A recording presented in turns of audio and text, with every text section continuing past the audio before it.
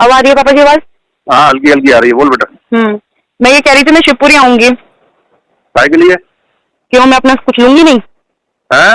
मैं अपना कुछ लूंगी नहीं? अब क्या बचा है बेटा तेरा? मैं लेके क्या गई हूँ पापा जी?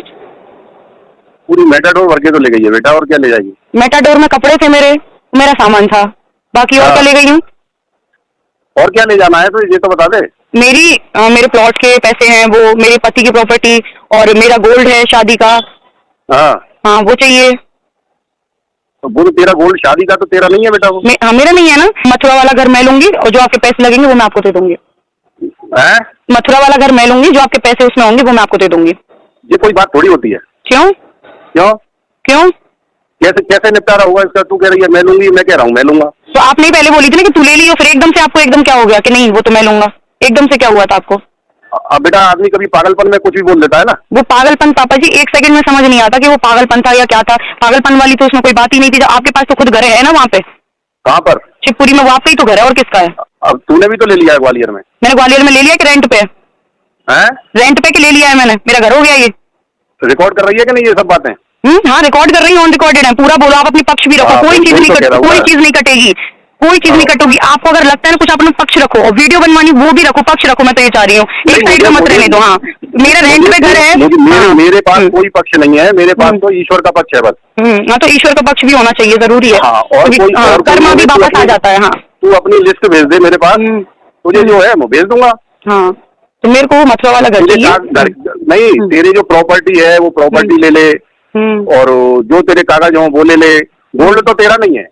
हाँ, तो मेरी बच्चियों का, हाँ वो मैं देख लूंगी किसका है क्या नहीं है, और मेरी बच्चियों का हक चाहिए मेरे को बस। बाकी आपका जो है, हाँ, आपका है वो आप रखना, मेरे को आपका तो कुछ चाहिए भी नहीं। आप अपना जो आपके नाम से खुद ने खरीदी आपकी वो, हाँ, बच्चों को मैं कब मना कर रहा हूँ। और जो आपने अभी कहा था ना कि वो मेरा प्लॉट ले रहा हूँ बच्चों के नाम से, तो मेरा है वो। नहीं, वो पूरा आपका ही है। वो जिसको आप देना चाहें, जो आपके प्लान है, आपने सोच रखे हैं, वो आपको रखनी है, मेरे को नहीं चाहिए। बच्चों के लिए हाँ, वो भी पापा जी, वो भी मन में नहीं है। वो चीजें आ रही है मेरे पास, वो भी चीजें आ रही है मेरी। क्या प्लान है आपके, वो सारी चीजें मेरे पास तो जाने क्या क्या आ रही है। तेरे पास जो आ रही है वो तू अपने पास रख। मैं अपने पास ही रखूं। मेरे पास जो है वो मेरे पास है। तो मुझे मेरी बच्चियों का हक चाहिए, जो मेरा है आधा, तो वो मेरे को चाहिए। हक मेरे जिंदा रहते हुए बच्चों का हक मेरे साथ है। मैं कह तो रहा हूँ, सब जो कुछ भी है बच्चों का है। वो बस मेरे को चाहिए। नहीं, अब तुझे विश्वास नहीं हो रहा तो मैं तेरे अंदर तो विश्वास डाल नहीं, मुझे चाहिए भी नहीं। विश्वास लायक चीजें भी की जाती है ना, वो है ही नहीं, बिल्कुल नहीं। आपको मेरे पे नहीं है, चलो मेरे पे नहीं है, मेरे को आपको नहीं है। और एक तरफ ये करिए, मुझे ये भी चाहिए। नहीं, मुझे तो आधा चाहिए ना अपना, आपका नहीं चाहिए। आपका तो मैं अभी क्लियर ही तो बोल रही हूँ। कुछ चीजें मैंने बहुत जो क्लोज थी फैमिली की, मतलब प्राइवेट थी, पर्सनल थी, वो मैंने बताई, जो मैं नहीं बताना चाहती। और भी बहुत सारी चीजें ऐसी हैं, वो सिर्फ और सिर्फ पापा जी मम्मी को पता है कि मुझे क्या क्या मैंने झेला और क्या क्या मुझे पता है। फिर अचानक से कल फोन आया, फिर भी मैं खुश हुई कि चलो फोन तो आया है बच्चों से बात करने के लिए, फिर भी मैंने बात कराई। तो मेरे अंदर कुछ नहीं है ऐसा स्वार्थ है आपके मन के अंदर कि जीते जी सब मेरे को चाहिए ही नहीं आपका। मैं कितनी क्लियर बोल रही हूँ, मुझे चाहिए ही नहीं आपका। मुझे सिर्फ मेरा, मैंने चेक दिए आपको, आप उस चीज को समझने की कोशिश ही नहीं कर रहे। आपको लग रहा है कि प्रॉपर्टी भाई प्रॉपर्टी आपकी, गांव में खेत है जो दादाजी वगैरह सबका है, आपके कहते हैं ना पुश्तैनी जमीनें हैं, उनका मैंने आज तक मेरे मुंह से आपने नाम ही नहीं सुना होगा। आपने जो भी अपनी जिंदगी में कमाया है उसका नाम नहीं लिया होगा। भाई मेरे हक का तो मैं लूंगी ना, जो मैंने खुद ने मेहनत करी है। मेरी भी तो 2 बच्ची हैं। आपके चलो वो बेटे थे, हर चीज में आप कहते थे मेरे बेटे थे, उसमें तेरा कोई हक नहीं है, इसमें कोई हक नहीं है। मेरे पापा ने दहेज भी दिया था।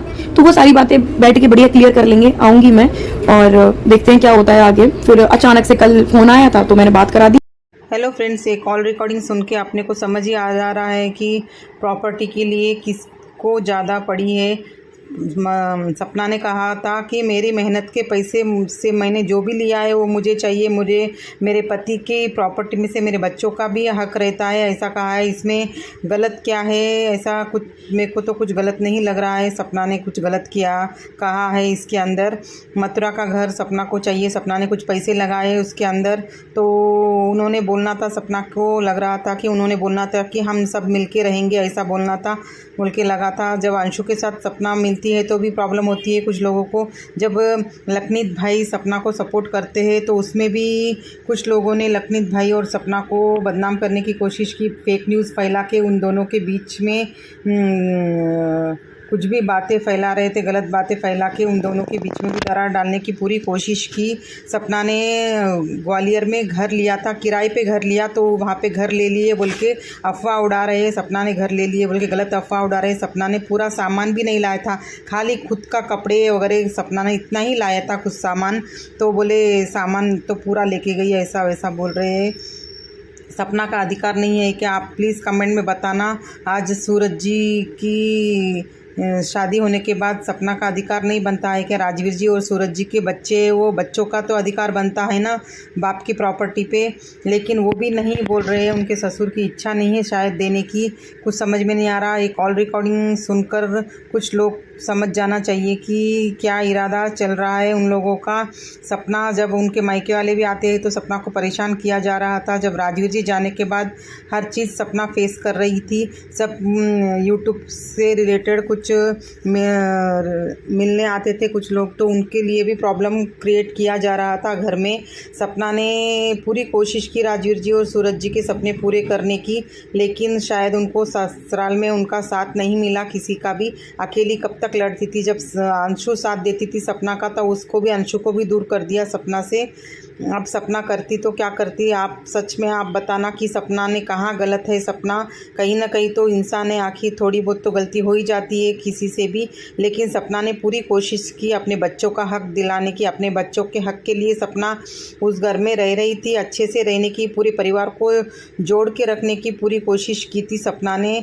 बच्चों को दादी दादा का सुख मिलना चाहिए, लेकिन उनको समझ नहीं रहा था, इसलिए सपना मेंटल डिस्टर्ब हो रही थी। तो आरू और आरोही का तो पूरा अधिकार है ना, वो घर में राजवीर जी थे। जब राजवीर जी सपना को संभाल लेते थे, सपना की तबीयत खराब होती थी, जब सपना को संभाल लेते थे राजवीर जी। राजवीर जी जाने के बाद अंशु ने पूरा सपोर्ट किया सपना को, लेकिन अंशु से भी दूर कर दिया सपना को। तो सपना अकेली हो गई थी, सिंगल मदर बन के। सपना आज अभी ग्वालियर में अपना किराए का मकान लेके रह रही है, वहाँ पे साड़ियों का बिजनेस शुरू कर रही है। और क्या सपना ने सही किया, प्लीज़ कमेंट में बताना, हम पूरा सपोर्ट करेंगे सपना को। Thank you watching my videos friends.